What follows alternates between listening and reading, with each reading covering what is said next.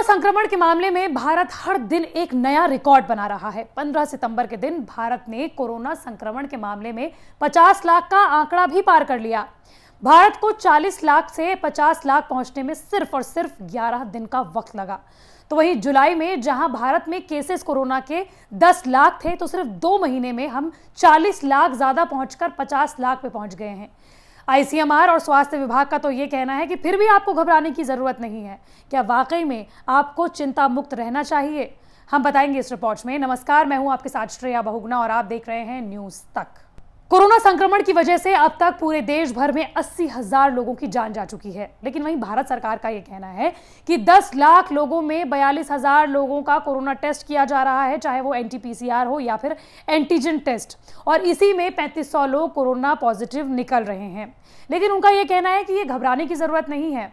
साथ ही अगर कुछ स्टडीज ये कहती हैं कि इसी रफ्तार से अगर हम कोरोना की गति में आगे बढ़ते रहे तो वो दिन दूर नहीं है जब अमेरिका से आगे बढ़ जाएंगे। इस वक्त हम ब्राजील को पीछे छोड़कर वैसे ही दूसरे नंबर पर पहुंच चुके हैं। अमेरिका में इस वक्त सबसे ज्यादा कोरोना संक्रमित मरीज हैं और भारत उसके बाद दूसरे नंबर पर।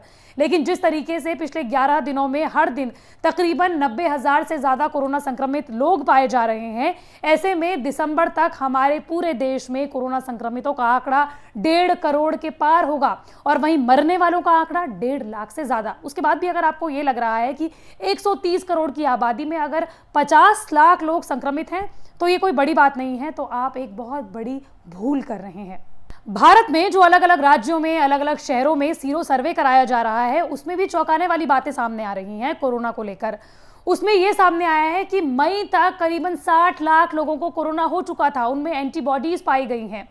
लेकिन सरकार ने इस पर सफाई दी है। सरकार ने यह कहा है कि सीरो सर्वे को और कोरोना संक्रमितों की संख्या को अलग अलग देखना चाहिए, जोड़कर नहीं देखना चाहिए।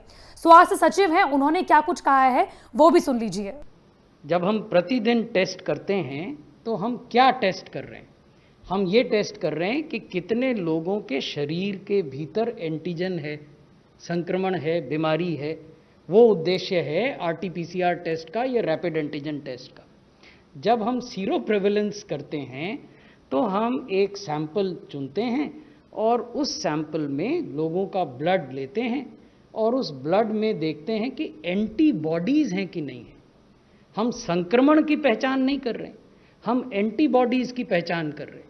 और एंटीबॉडीज़ के आधार पर तब हम इस नतीजे पर पहुंचते हैं कि संक्रमण का प्रभाव कितना रहा होगा, यानी कितने लोगों को संक्रमण हुआ और वो रिकवर हो गए और उसके फलस्वरूप उनके शरीर में एंटीबॉडीज बनी।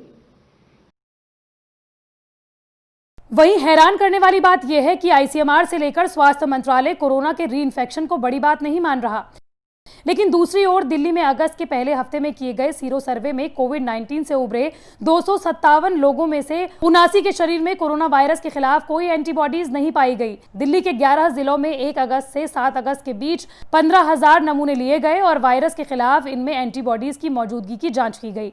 इनमें 257 ऐसे लोगों के खून के नमूने भी लिए गए जिन्हें कोविड-19 की बीमारी हुई थी और जो बाद में ठीक हो गए। अगस्त के सीरोलॉजिकल सर्वे की रिपोर्ट में पता चला है कि इन लोगों में 79 ऐसे लोग थे जिनके शरीर में वायरस से लड़ने वाली एंटीबॉडीज नहीं थी। यह कवायद दिल्ली में कोविड-19 की स्थिति के समग्र आकलन और इसके आधार पर रणनीति बनाने के उद्देश्य से की गई थी। लेकिन अगर आप ये सोच रहे हैं कि मैं तो अभी तक आपको सारी की सारी नेगेटिव बातें बता रही हूं, तो इसमें आशा की किरण या फिर खुशखबरी क्या है? दरअसल तमाम पूरी दुनिया भर में जितने भी कोरोना संक्रमण के आंकड़े आते हैं उसे अमेरिका की जॉन हॉपकिन यूनिवर्सिटी इकट्ठा करके रखती है। उसके बाद उसकी स्टडी करती है कि इसमें कितने लोग संक्रमित हुए, कितनों में एंटीबॉडीज बनी, कितनों में नहीं बनी, कितनों में रीइंफेक्शन हुआ और कितने लोगों की मौत हुई।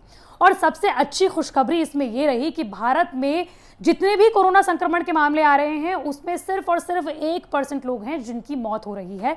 भारत में ही नहीं बल्कि पूरी दुनिया के जो आंकड़े जॉन हॉपकिंस यूनिवर्सिटी रखती है उसमें सबसे ज्यादा मरने वालों का आंकड़ा अमेरिका में है, उसके बाद ब्राजील में है और भारत तीसरे नंबर पर है। जबकि भारत कोरोना संक्रमण के मामले में दूसरे नंबर पर है, लेकिन मरने और मौत के आंकड़ों में कोरोना संक्रमण की वजह से भारत तीसरे नंबर पर बना हुआ है।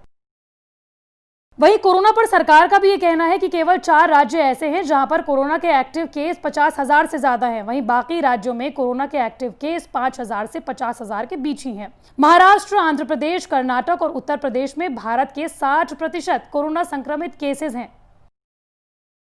और मैं आपको आज सिर्फ एक अच्छी खबर नहीं बताने वाली हूं, बल्कि दो अच्छी खबर बताने वाली हूं। अमेरिका के राष्ट्रपति डोनाल्ड ट्रंप ने यह दावा किया है कि अगले सिर्फ 4 हफ्तों में कोरोना की वैक्सीन मार्केट में उपलब्ध होगी। और वो किस तरीके से होगी वो भी उन्होंने बताया है। उन्होंने ये कहा है कि वो कुछ उनके यहाँ जो वैक्सीन बन रही हैं और विदेशों में जो वैक्सीन बन रही है उसको आपातकालीन मंजूरी देने वाले हैं। उन्होंने ये कहा है कि कोरोना की वैक्सीन सिर्फ 4 हफ्तों की बात है और मार्केट में उपलब्ध होगी। आपको यह भी बता दें कि नवंबर यानी कि 3 नवंबर को अमेरिका में राष्ट्रपति चुनाव है और इससे पहले लोगों के बीच अच्छी छवि को बनाने के लिए राष्ट्रपति डोनाल्ड ट्रंप ये पूरी कोशिश कर रहे हैं कि कोरोना की वैक्सीन भारत के साथ साथ, अमेरिका के साथ साथ पूरी दुनिया में उपलब्ध हो जाए। क्योंकि अमेरिका में अलग अलग तरह के रेस के लोग रहते हैं और अगर भारत में कोरोना की वैक्सीन उपलब्ध हो जाती है तो वहां यानी कि अमेरिका में रह रहे भारतीयों को भी इसका फायदा होगा। लेकिन हम सब यही चाहते हैं कि वैक्सीन जब भी आए प्रभावशाली हो और इसी के साथ साथ हम ये भी चाहते हैं कि कोरोना संक्रमण के मामले भारत में जल्द से जल्द कम हो जाएं। हम ये भी चाहते हैं कि जो ग्राफ लगातार कोरोना संक्रमण का उठ रहा है वो जल्दी से जल्दी फ्लैट हो जाए। मंडे टू फ्राइडे में इसी तरह की वीडियो आप तक लाती रहूंगी। अगर आप भी किसी टॉपिक के बारे में जानना चाहते हैं तो कमेंट बॉक्स पर जरूर बताएं।